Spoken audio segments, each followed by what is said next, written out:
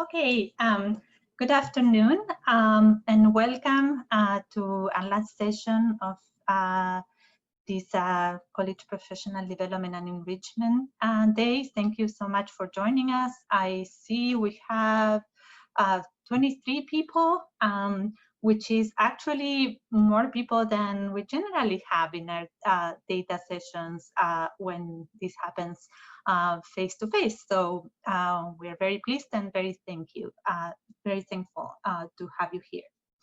So what we would like to do today is to spend some time first providing a little interactive tour of the key performance indicators from the strategic plan in their dashboard that it is displayed for all the college community to see if they have login credentials. But in addition to showing the dashboard itself, we would like to share recent updates to the data for three sets of KPIs: annual enrollment, the completion of college level English and math, and the KPIs related to credit accumulation. We would like to leave some time for you to actually log into the dashboard and explore the dashboard by yourselves and ask questions openly and or through the chat. And then we also have some questions for discussion. The emphasis for the set of key performance indicators that we will be discussing today is on the equity gaps that we can see, particularly with the ones related to credit accumulation and completion of college level English and math. Because as we will see in the data, there are significant equity gaps, and being aware of those and looking at the data is the first step in order to take actions to address those gaps. So I'll stop sharing this screen and now start sharing the dashboard.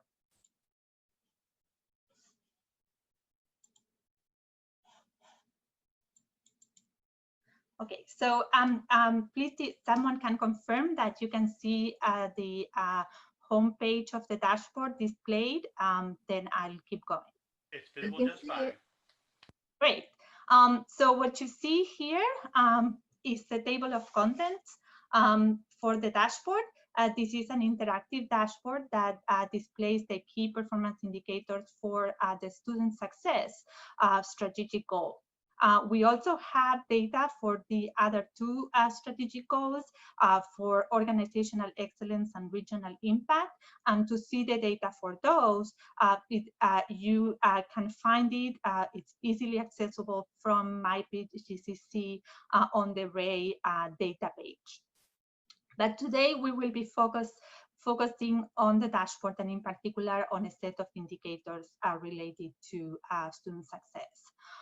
So in terms of the dashboard itself, the homepage serves also as a table of content, and you have, when you each of the hexagons has a link, you have a link that leads you to definitions, so you can see the title and the description for each KPI on the dashboard.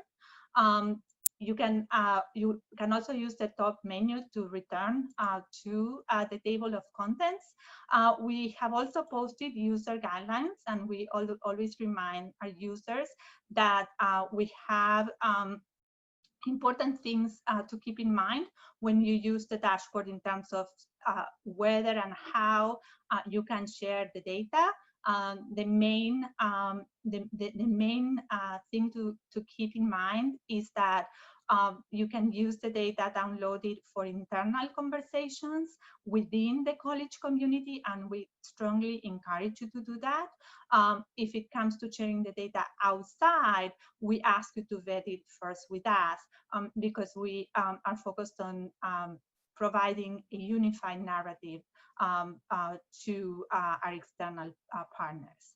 And then another important thing to remember is that you can download graphs from the dashboard, but we ask you to keep them intact, not to change colors, not to combine the data from the dashboard with other data, because the dashboard has been built taking very specifically defined cohorts, and you can't just simply compare cohorts in the dashboard to other cohorts or groups of students. So I wanted to show you one example on how to navigate the dashboard. So other than the definitions and the user guidelines, the rest of the links lead you to sets of KPIs. So I'm going to look at the retention KPI, which is it hasn't yet been updated. So the data we have here, the most recent data we have here is for the 2018 fall cohort, because for the next cohort, which is the fall 2019, we need to wait until the end of fall 2020 to actually be able to update the data. But this gives you an example in terms of how to read the dashboard. Here we have two KPIs, one for credit retention and one for retention in continuing education. In terms of what we are looking at, of course, you can check the definitions from the table of contents or from the top. You can get to the definitions also from the top menu. But for credit retention, we consider a cohort of of degree seeking entering students, and we look at those students and whether they return, when they enter one fall, and we look at whether they return the next fall, and if they graduate or they're transferred to another institution, we take them out of the denominator. So we consider the ones retained, the ones that come back the next fall. So when you look at the KPI at the top, you have static data. So the table at the top doesn't change, and it shows you in blue the historical trend. So you can see year over year how each cohort was behaving in terms of their retention rate. And as you can see, we had continuous improvement, particularly from the fall 17, a big jump to the fall 2018 cohort. In the yellow boxes, also in the static table at the top, you have the targets that we had set for each year of the strategic plan. So you can compare for the 2018 cohort whether we met, exceeded the target, or were below the target. And in this case, we actually exceeded the target. So the actual graph for the KPI is the interactive part. And what changes in the graph is when we start to add filters. We can use filters to see whether different student subpopulations are doing the same as the overall cohort, they are doing better, or they're doing comparatively worse in terms of being retained. So you see a little funnel here. That funnel is what brings up the filters that we can use. So sorry, my Zoom is partially blocking the filters. So we can filter by race and ethnicity. We can filter by enrollment status to compare full-time and first-time students. We can filter by developmental status, comparing college level to developmental students. We can compare students who are first-time ever to college, so meaning that they started their higher education journey here at BGCC versus students who transferred in. So in both cases, these are entering students, but the ones who transfer in had already gone to another college prior to coming to BGCC. And we can also look at different genders. So for instance, we see that for credit retention, 54% of the fall 2018 cohort of entering students were returned. So if we want to see if there are differences between first time and transfer, we unselect and then select first time, and that's going to display the data for first time students only. And so you'll be able to compare, as I said earlier, the table at the top does not change. So you still have the data for the cohort, you still have your targets. But the graph itself changed because you're filtering the cohort by the admission status. And we see that the students who are first time ever to college have a higher retention rate than the overall cohort. So if now I select and I look only at the students who have transferred from another institution, their retention rate is actually much lower comparing to the entire cohort. If we want to bring again all the students, I need to make sure that all the boxes are selected, and I click OK, and it brings back the whole cohort. And so when you have the cohort, the bars in the graph are going to match the data you see in the stable in the static table at the top. I didn't talk about retention for continuing education students. For this particular KPI, we haven't set targets because this KPI is new, or was new when we built the dashboard. We didn't have a lot of data to compare it to. It's not something that is used to my knowledge by other institutions, at least in this particular definition. And so we wanted to see how it behaved before setting targets. How we defined continuing education retention, again, you can go to the definitions, but we were looking at the students who enrolled for the first time in the initial course of a workforce training certificate program.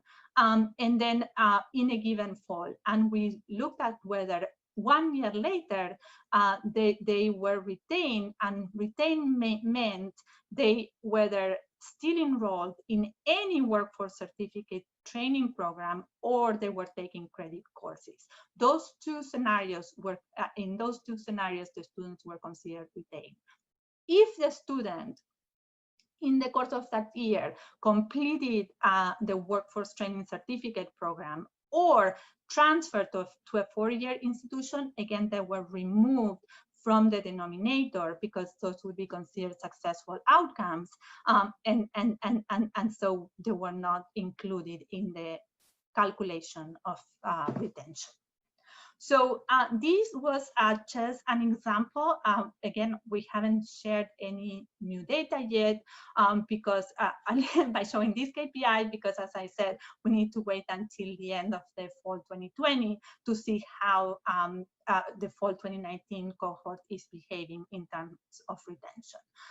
So you will have some time today to navigate the dashboard by yourself. The way to access the dashboard, and we will get back to that, is just simply go to My BGCC, and in the blue ribbon at the top, you actually will see an icon with the letters KPIs, and you just click on that, and it will prompt you to enter your login credentials, and you can get into the dashboard. So if you are in any type of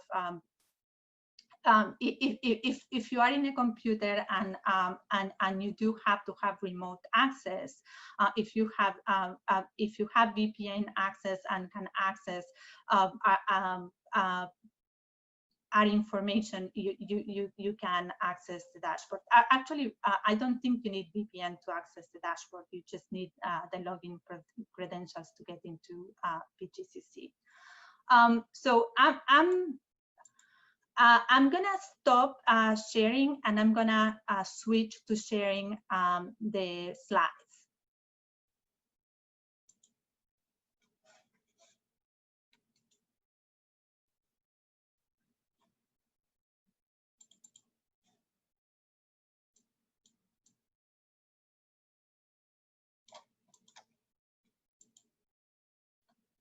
Okay, so please someone confirm if you can see my PowerPoint again. Yes, we can see. Great. Okay, so we wanted to share, as I said earlier, updated data on 3 sets of key performance indicators. The first ones are 3 indicators related with enrollment: total unduplicated headcount, which includes the headcount of credit and continuing education students that enroll in each fiscal year, and that's unduplicated. The annual unduplicated headcount just for credit, and also for the fiscal year, and the number of unduplicated headcount just for continuing education, and again for the fiscal year. We had targets for each of those KPIs, and the target was to achieve a 2% increase year over year.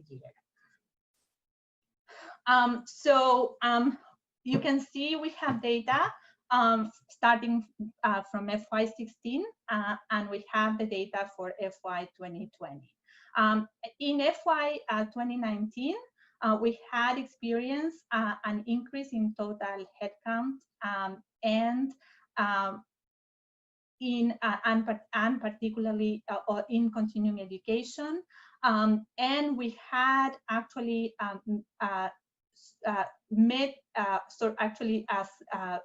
almost met or met the targets, both surpassed the targets we had for FY 2019. But as you know, in FY 2020, the college had to quickly pivot operations due to the COVID-19 pandemic, and that had an important negative impact on enrollment. When we see the annual unduplicated headcount disaggregated, and we see the differences between credit and continuing education, credit enrollment remained fairly stable, but continuing education enrollment took a big hit. It went down from 21,274 to 17,130. And that was because many of the classes in continuing education were harder to move immediately to an online or remote environment. And also the infrastructure at that point to provide classes either asynchronously or synchronously in distance education classes was not as developed as on the credit side. So we have not met the targets that we had for FY 2020. And particularly in the case of continuing education, we were clearly significantly below the target. Was interested, I just started to look at the percent change, disaggregating the data by race and gender, and we did this only for credit enrollment. And what we found was that enrollment declined in the case of African American students and in the case of white students. However, Hispanic enrollment for FY 2020 at least did not decline and actually increased for Hispanic females. So this gives you an example on how looking at the data and digging into the data by looking at these types of breakdowns gives us a much more complete picture than just looking at the overall student population.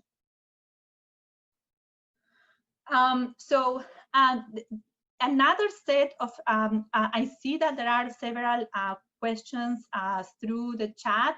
I would like to, if this is okay, to finish these questions or comments. I would like, if it's possible, to finish this part of the presentation, and then we can open up the time for questions. Laura, sorry to interrupt. So far, all questions have been answered in the chat. They were mostly logistical type questions. Oh, okay. So we're good on that front. But yes, as people ask questions, we'd be happy to answer them when we've gotten past this point. Awesome. Thank you. No, I just saw that the number kept growing, and so I wanted to make sure that we didn't mean to ignore questions or comments. For credit accumulation, so we have a set of KPIs that look at student progression. So it's really important. We are an open access institution to make sure that students come to us, that they enroll, but that they get retained to the next fall. But it is also important that while they are with us, that they progress through the achievement of their educational goals.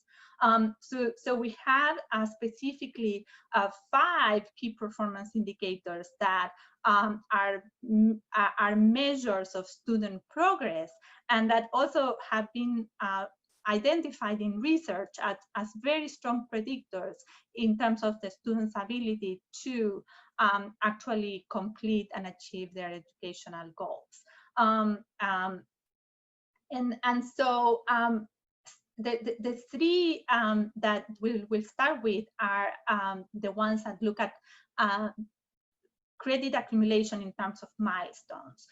So we look at the percentage of a cohort that is composed of first-time ever in college students, and who enter in the fall.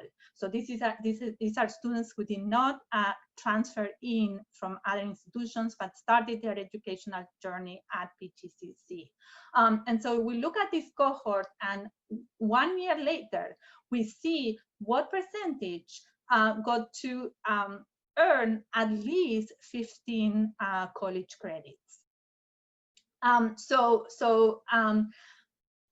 For that particular KPI, we set up targets thinking, if we estimate the cohort of a little below 2,000 students, 150 students, how many additional students can we help and can we support so that in each year of the strategic plan, so that they reach this milestone of 15 or plus credits. And the 2 companion KPIs are built in a very similar manner, is looking at the same cohort, the same type of cohort, first-time college credit students who enter in the fall. And in the second KPI, we look at that cohort for 2 years. And so we look at the end of year 2, what percentage was able to reach to earn at least 30 college credits. And finally, in the third KPI, we follow the cohort for 3 years, and we see what percentage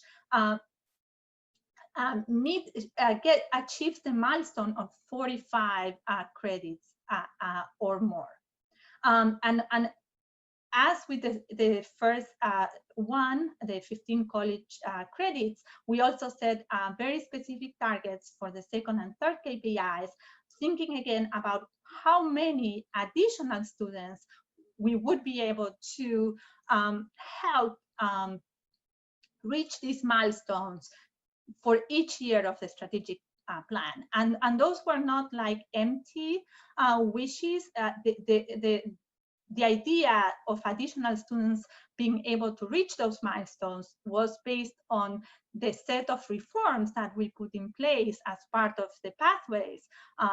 The pathways initiative or the pathways transformation, where we streamline the program sequences, remove barriers for students to start taking courses earlier, strengthen student supports along the way. And so measuring these KPIs was a fairly direct measure to see if those efforts of like making the curricula more streamlined and easier to navigate for students would actually help students be more successful.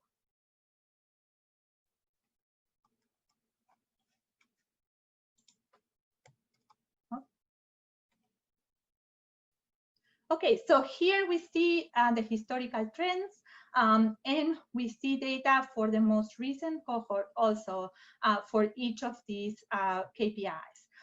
For the percentage of students who earn 15 credits or more, the most recent cohort is the fall 2019 cohort. And as you can see, I mean, these results are fairly spectacular. I mean, like I honestly got really excited when I saw this data, and the team verified and checked this to make sure that it was real, because you can see a big jump from the fall 2018 cohort to the fall 2019 cohort in terms of what percentage were able to reach this milestone. And also we were clearly above the target that we had set for the fall 2019 cohort, which was 23%. And if you see from the start of the period, we almost doubled that percentage. We went from 16% for the fall 2015 cohort to 28% in the fall 2019 cohort. For the second KPI, we also saw gains, not as spectacular, from the fall 2018 cohort to the most recent cohort, which is the fall 2018 cohort. The most recent cohort is the fall 2018 cohort, because that's the only cohort who has had 2 years so far in order to reach that credit milestone of 30+ credits. And in that case, we almost met the target, which was 21%. So 20.7, we can say we met the target.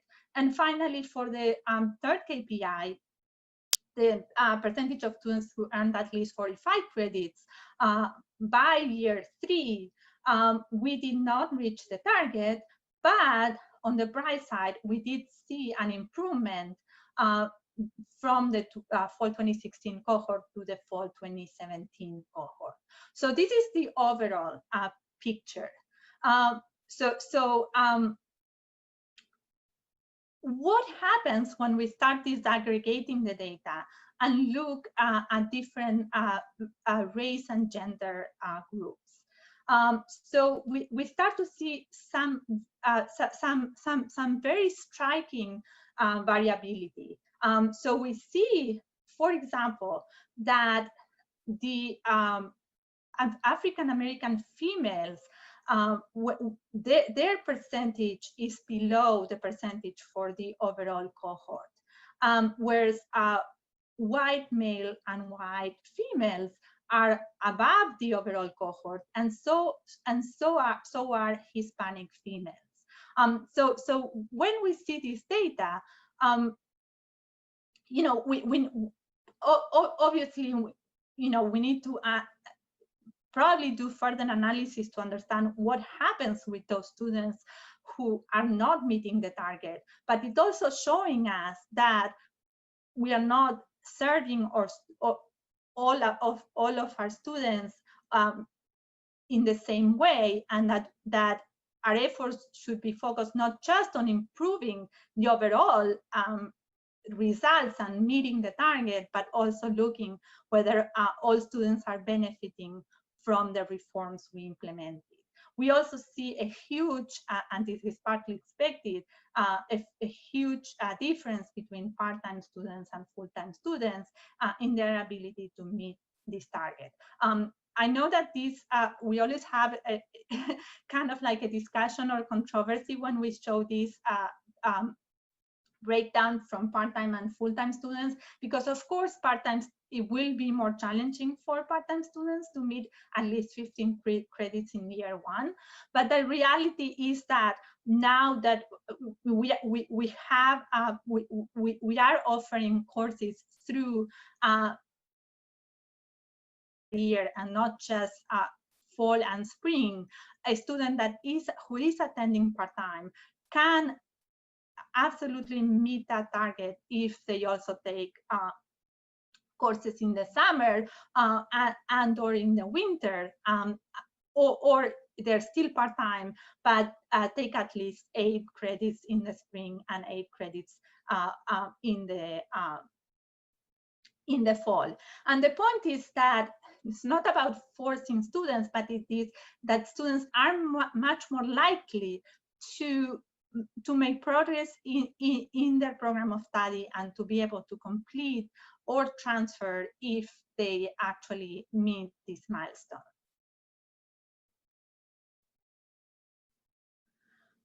We also find variability when we look at the second KPI, the percentage of the cohorts who earn at least 30 or more credits by the end of year 2.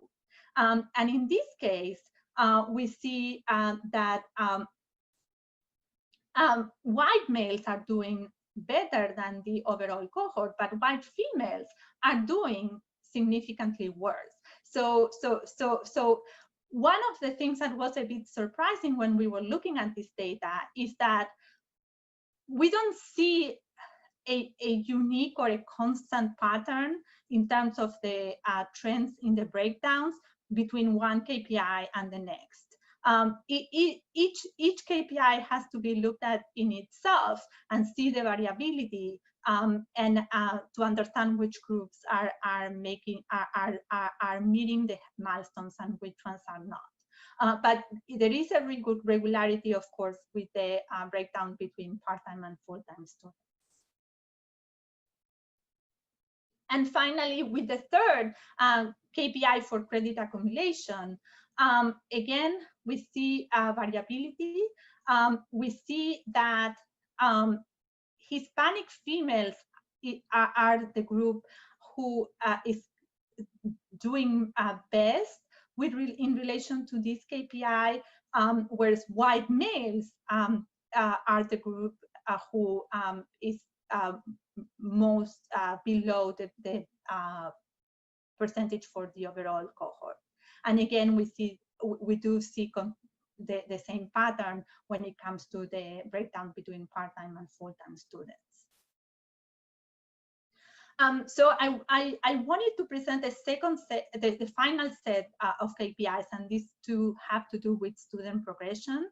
So these two KPIs look at we call them progress along the path, and they look at the percentage of first time ever in college students who complete college level math at the end of the year, at the end of 1 year, and also as a separate KPI, the percentage of first time students who complete college level English by the end of year 1.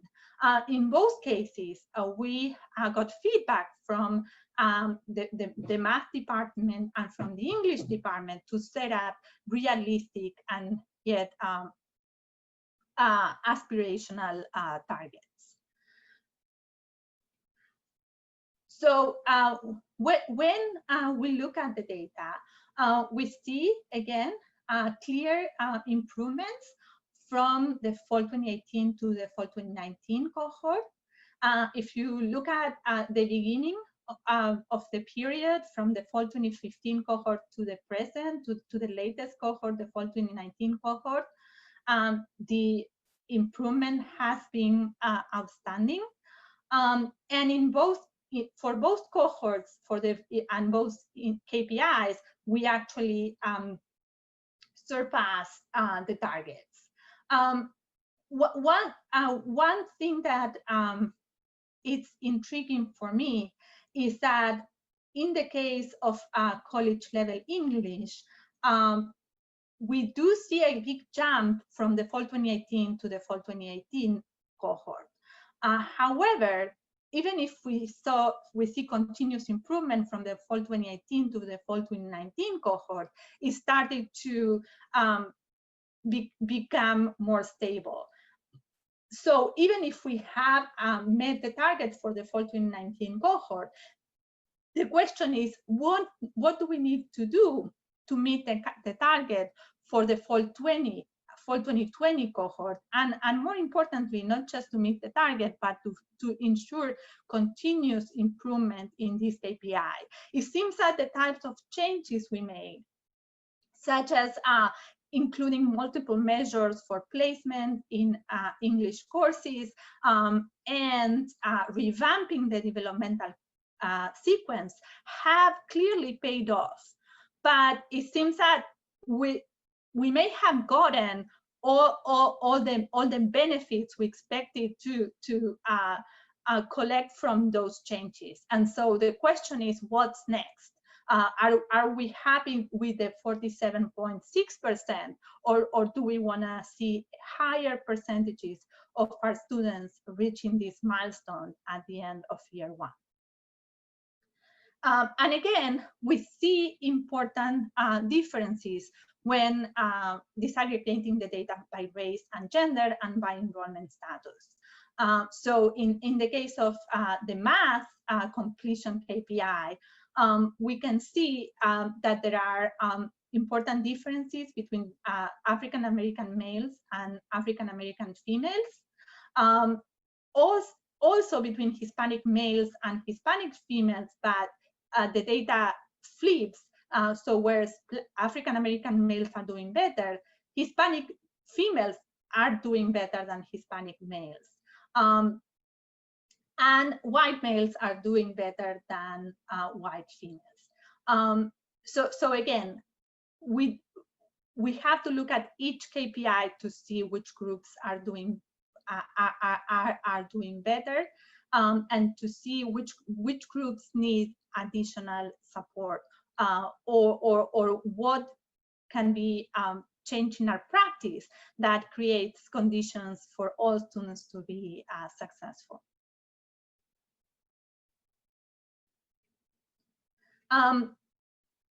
Also, when we look at the percentage of students who complete college level English in their first year, clearly we see three groups.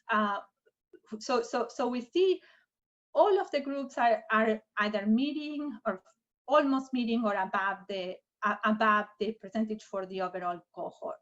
So we don't see groups that are doing clearly worse than the cohort, but we see three groups that are doing much better, and those are Hispanic females, white males, and white females. And again, in terms of enrollment status, the full-time students, two-thirds of full-time students are meeting that milestone, whereas 1/3 of part-time students do. So a summary of the data we presented. One finding is that Hispanic females are doing better than the entire cohort in most of the early momentum KPIs that we've shown. So that has been across the KPIs. Full-time students are doing better compared to part-time students, also across all the KPIs that we've shown related to student progression. We've seen that equity gaps do follow different patterns depending on what KPI you're looking at.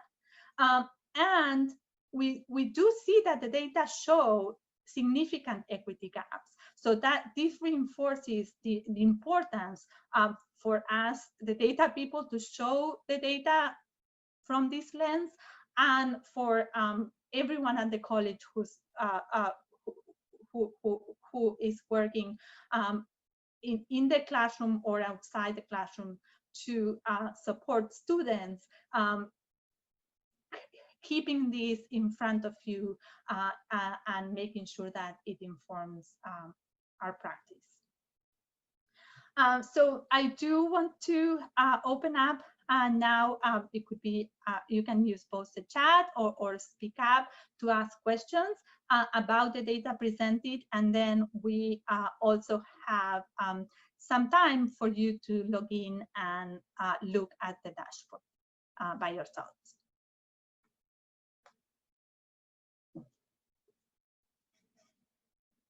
Good afternoon, Dr. Laura. This is Alicia. How are you? I'm doing well. I'm so glad to hear it. So I have a question regarding the KPIs themselves.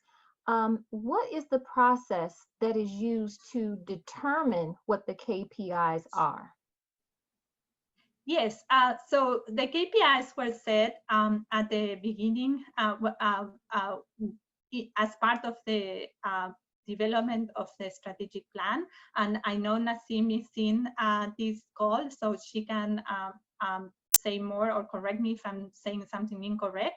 But it was a very participatory process, and there was a group of people, a subcommittee within the Strategic Planning Council that reviewed a lot of data and helped define the KPIs. And so the big question, and we have this actually as one of the final questions for the presentation, is which of these KPIs are most useful? Is there anything that we want to keep? Is there anything that we might want to change for the KPIs for the next strategic plan? Our idea is that we probably are not gonna start from scratch, because we have already accumulated a lot of data, and it would make sense to see. We only have tracked this for 3 years, so it would make sense to keep tracking them to see whether we continue to see improvements. But of course, we are interested in feedback regarding that question. And I'm gonna let Nasim, if you want to add anything to what I just said regarding the development of the KPIs. Thank you. Yes. So everything Laura shared is accurate. The one thing I would add is that because the current strategic plan is a continuation plan, we did commit to using some of the metrics that were related to our initiatives, particularly pathways. And the metrics that you saw today around credit accumulation, 15 or more in year 1, 30 or more by year 2, and 45 or more by year 3, that mirrors some of the reporting that we had to do for pathways. And so we wanted to continue to monitor the metrics as part of this continuation plan. But as Laura shared, we are about to kick off the strategic plan development process. And so presentations like you saw today through our keynote, the work Academic Council is doing in the Equity Project, the presentation here around the data, and other initiatives across the college are very important as we think about bringing some of the findings and recommendations together as we develop the new strategic plan. I hope that answers your question, Alicia. Yes, thank you both so much. I really appreciate it. This has been very enlightening, and I am amongst the colleagues that are participating on certain teams that's looking at this information. And I know there are a couple of us that are on this Zoom call as well. So thank you all for sharing this information. It's going to be very helpful as we continue to do the work within our teams. And I know that I saw something that Christine Barrow raised the hand. Hi, this is Christine. So I had my usual question. Is there any chance that we're going to be able to disaggregate this at some point in time by division or program or anything like that? The data, by the way, looks great, and thank you for the presentation. It was very helpful. I'm just hoping eventually that I can drill down and get some information at the level of the program, or at least at the level of the division. Okay, to actually, some of this information is already being disaggregated by program in the context of program reviews. Some of the metrics that are included in program reviews are not exactly the same, but are very similar to the student progression KPIs. In fact, the 3 credit accumulation KPIs and the completion of math and English are included in program reviews.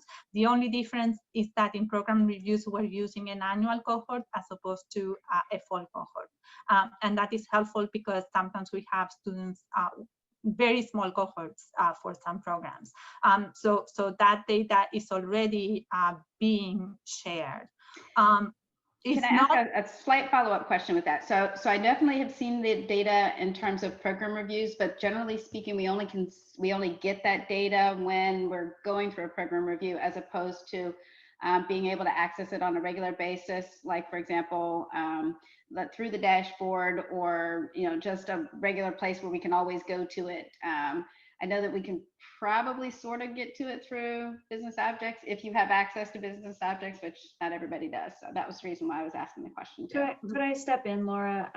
Because yeah, we just recently had a conversation with Dr. Raley about disaggregating by some meaningful way so that it can become actionable, whether that be program or something else. And so some of the solutions actually we came up with alternatively. A program variable in the system currently isn't as clean, and we have multiple variables and fields related to program. And so there is a bit of a logistical and technological challenge to put that field in this kind of dashboard and have faith in the accuracy of the numbers. And so that's why there's a delay in adding that filter. It was always intended to be added into the dashboard, and we are still wrestling through the logistics of that. And that's just kind of the very honest, transparent answer there. However, in speaking with Dr. Raley and the desire to have some way to disaggregate in an actionable manner, one of the solutions we came up with that I know the research team is working to really determine its feasibility and see when they can launch it, is disaggregating by the first 3-letter code of a course.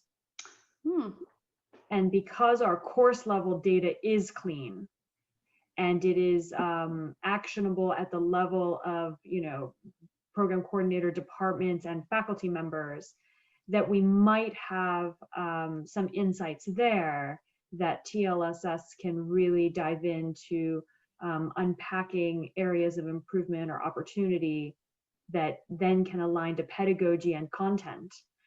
Which is a more actionable approach to a just broad discussion of inequity. And so it's really important to understand where we are in the broadest sense, but until we really dive into more actionable units, it's harder for people to understand what their role can be to move the needle. So that's coming, stay tuned. It will not be part of the KPIs per se, but we're looking at how we provide it in other fashion, whether it's a business object report or something like that, that can be readily accessible. And as a college in general, we are trying to truly democratize data.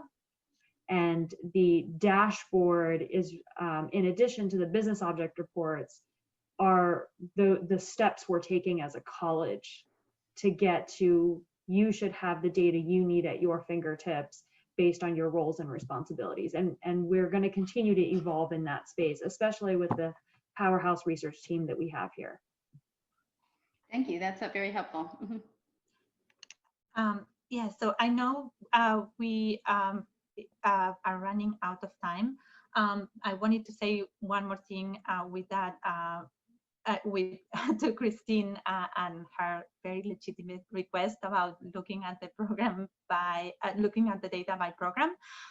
So in terms of the program review data, that's something that we as a team also identified as a need, is how we, in addition to presenting those data for each program, is there any way where we can display the data in a way that is aggregated, where you can compare different programs or look at students more globally? And we would like to build a program, we build a database with frozen data with the data from program reviews. That's a project that is going to take us a little bit of time, but we recognize that for faculty, for coordinators, for chairs and deans and associate deans, it's really, really important to not just look at the program for each single program when they go through review. So we are aware of that need. Because we have only 1 more minute, we won't be able to play with the dashboard today. However, the dashboard is accessible through My PGCC, and if you have any questions on how to access it, please write to the research at pgcc.edu. We can remind you how to access it. We also intend to continue to do presentations on the KPIs as we continue to update the data when the data are available. And I want to leave you with some questions to reflect on what actions can we take to improve outcomes for the overall cohort and reduce gaps. What follow-up research questions do we need to think about, because we understand that this is the starting point. And again, what are the KPIs what are the KPIs you find the most useful to make sure that we keep those in for the next strategic plan? Thank you so much for participating. I do believe that this is the time we have. Please, someone correct me if that's not the case. Yep, you're right. Yes. Okay. Also, I would just like to plug that you all, at least most of you, should have received a survey in your email today. It's the PACE survey about the college climate. Please take it for us. The more information we have, the better the data is that we can use to make decisions. So I just had to plug that.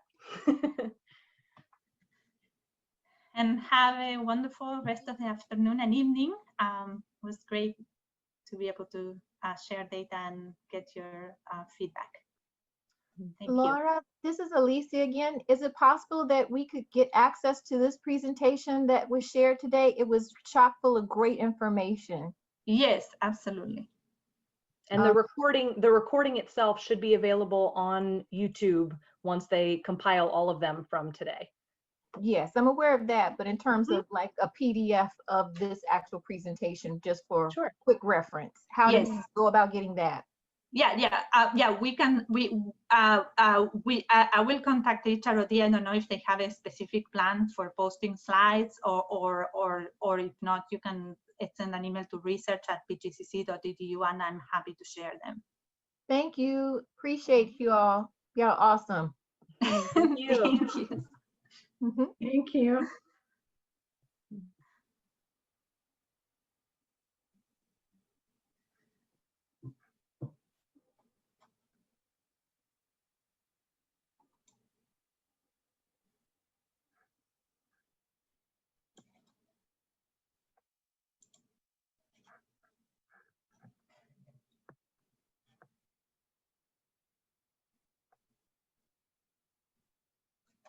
Hi, Shai.